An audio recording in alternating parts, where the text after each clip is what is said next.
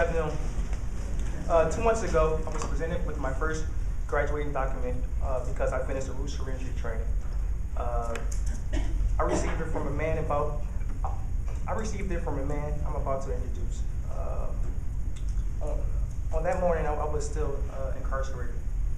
But he shook my hand and told me how proud he was, and he said it wasn't me and what I had accomplished. So all of you must know what an honor it is for me to welcome the Mayor of Philadelphia, the Honorable Michael Nutter.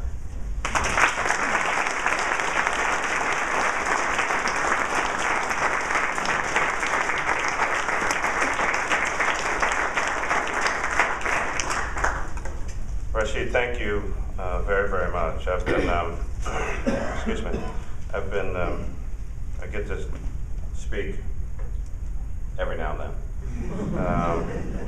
I've been introduced by a lot of folks, but given our connection and given your story, I just really want to tell you that's one of the most honored introductions I've ever had.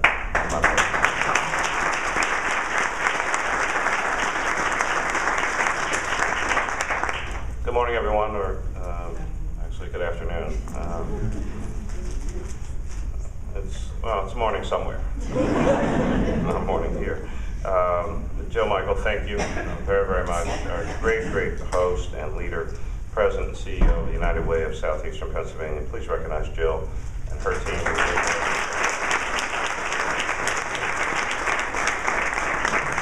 As usual, all the way over in the back somewhere, can't be found. Seth Green, thank you very, very much. Seth, quite frankly, I think you pretty much covered all the possible territory. Thank you. Thank you so much for saying everything that I was going to say. It's great to be here with you, and thanks so much. To all of our supporters and funders, and Seth has really kind of laid all of them out. So I'm just going to echo the appreciation for all of the funders and the partnerships, the innovative, what is it? Innovation Village? Yeah. The Village, yes. And you know, in Philadelphia city government, if you've been paying attention recently, you know, we love villages. And we especially love Christmas Village. So Merry Christmas to all of you. Happy Kwanzaa, Three Kings, Feliz Navidad, Hanukkah. Soon it'll be Easter. I mean, whatever you want to celebrate, you can do it right here in Philadelphia. But and just have a ball. I don't know if Representative Brown is here yet, but I know that she cares very passionately about these issues as well. And I want to thank in my shop, Jenny Sparandaro, who really provides the leadership inside the government. I'll be talking about a couple of those things in a second. But receiving this award, the Social Innovation Fund, this is a national award recognizing the valuable collaboration among public, private, philanthropic, and nonprofit sectors to address one of the most critical challenges this city, this state, and I would suggest this country faces. And again, in a more serious way, Seth has really covered a lot of the territory, talking about unemployment and literacy, but also skill levels for workers and other life challenges, things that make it difficult for folks in the workforce today. This SIF award brings $600,000 new dollars into the Philadelphia region. This is funding that will help to create a more prosperous and inclusive city. Additionally, this funding has helped us to raise and leverage an additional $1.8 million from our philanthropic partners. And I'm going to ask you to please recognize all of our philanthropic partners. They were mentioned earlier, but please let us recognize them.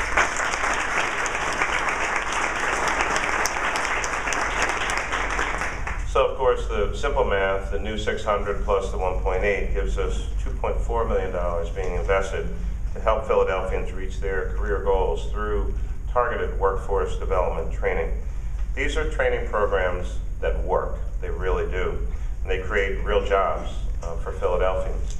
Join, as well as their funding and the nonprofit partners who are involved. I want to also recognize and thank Rob Wonderling, who has continued the mantle and the leadership handed to him by others over at the Greater Philadelphia Chamber of Commerce. Rob, thank you for being here. Please recognize our president.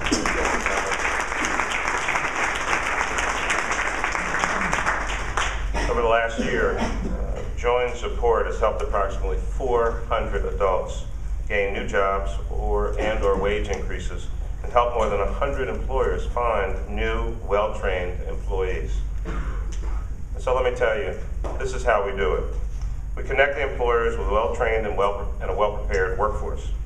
And as Join has demonstrated, we'll even help with the training directly. Join program partners are exceptional models for preparing Philadelphians for the workforce.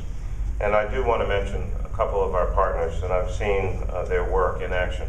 And so District 1199C, their training and upgrading fund, I just had a tour there, I guess about a month ago. Pennsylvania Horticultural Society, Philadelphia Workforce Development Corporation, of course, and the University City District, to name just a couple. I was at the graduation with Rashid and a couple of his classmates over at Roots to Reentry. What a great, great program. I want to thank our good friend, Ken, who is here. Can we please recognize him?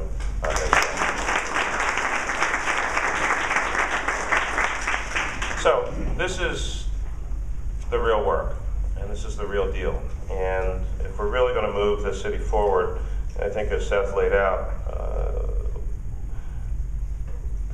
individually, we will really not be able to overcome these many challenges. We have some folks working on education, somebody else is doing literacy, someone else is doing workforce, we've got folks doing child care, we've got all of these different systems and just great programs going on all over the place. We have to figure out how to align them in a way that a person can actually see a pathway for themselves. And as we think about some of the things that some of us, quite frankly, may take a little for granted on a daily basis, you know, where's my kid going to school? How do I get where I'm going? What about this? What about that? And they all kind of fall into place sometimes for many of us in a different circumstance or situation. We really do have to break them out in their component pieces and then put them back together in a holistic way, so that folks are starting to think not only about a job, which is critically important, but what we really want folks thinking about is career. Where am I going next? How do I move on to the next level? And so we want folks to be career-oriented in their thinking, offering the skilled workers a job today and preparing them for a bright future and the new economy for tomorrow. That's what this is really all about. We're making some changes in our workforce system here in Philadelphia. Without going into a whole lot of detail, as we look at what Join is doing, as we look at what other folks are doing, as we look at models all across the Commonwealth and across the nation, we know that we also need to strategically align the things that we do right here in the city. And you'll be hearing more about that. But it is solely for the purpose of getting the most out of the limited dollars that we have, making sure that our systems and programs are not only efficient, but also seamless to the customer. That's the most important person, that when you walk in the door, you really don't want to engage in a very long conversation about we have funding or that funding source or this program or that program, or the feds are suggesting that you look at subchapter 7 of part 3 as you're at the counter. What you really want to know is, how do I get the skill sets that I need? How do I get a job? All that other stuff is kind of behind the scenes. It's for those of us who are practitioners and the policymakers and the like to worry about those particular components. What we need to do is make sure that people are getting in, getting what they need, and then get them out into the workforce and ready to go. The numbers that Seth laid out, 550,000 people with low literacy skills in a city of 1.5 million and growing, according to census estimates. And hopefully next year's final census data will show that. It's a third of the population of the city. 200,000 people without a high school diploma. And so when you start thinking about those things, it's not a surprise that we also have a very high poverty rate. It's not so much that our children are poor. Children come into the world, they take on wherever their parents are. And so as Seth talked about his grandfather, and all of us have our respective stories.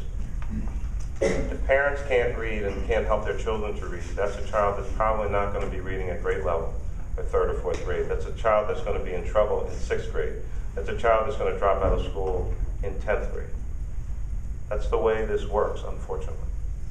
And so working in collaboration, working with these partnerships, making sure that we stay focused so that we can help others focus is really what this is all about. And that's our focus. We want to make sure that we get a hold of folks so that I appreciate our prisons commissioner being here, Lou Girola. He really cares about these issues. And you know, when folks do bad things and unfortunately they go away, well, they don't disappear. They just end up with Lou. And then he has to deal with them.